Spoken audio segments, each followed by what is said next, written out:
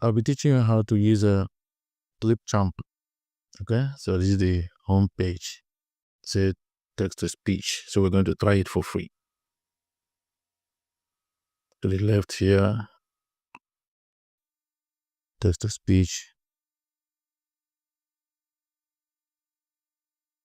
So as you can see, let's open the interface. So now you go to the language. These are some of the basic settings you need to do. Go to the language, select which of the language you want. For the purpose of this video, we'll leave it at English United Kingdom.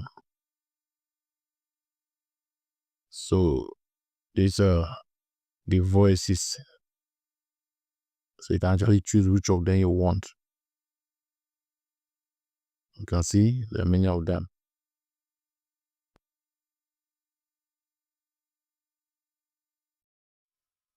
There are many of them.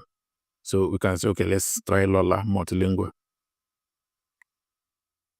Then here it's important to come here to the advanced, because some of these voices you may want to use speaks fast, and for your audience to understand what you're saying or what they actually saying. Most people don't speak that fast, so you usually want to reduce the pace. So I reduce by 2 steps. Leave this one as medium, and then now here you type in what the text you want to record. For example, I'll just paste in this for. So when you save, it's ready now. So you can actually test it here to see. A man is an adult male human. So as you can see, we just tested what we recorded and it came out fine. With this now, you can do a whole lot of things with this. You can actually add more text to it.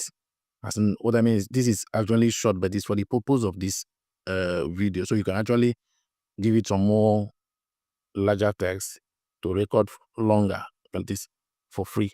Having tested what we did, the next stage to go is to export what we did. You can export. I always go for 1080p, high definition. That's on high quality. So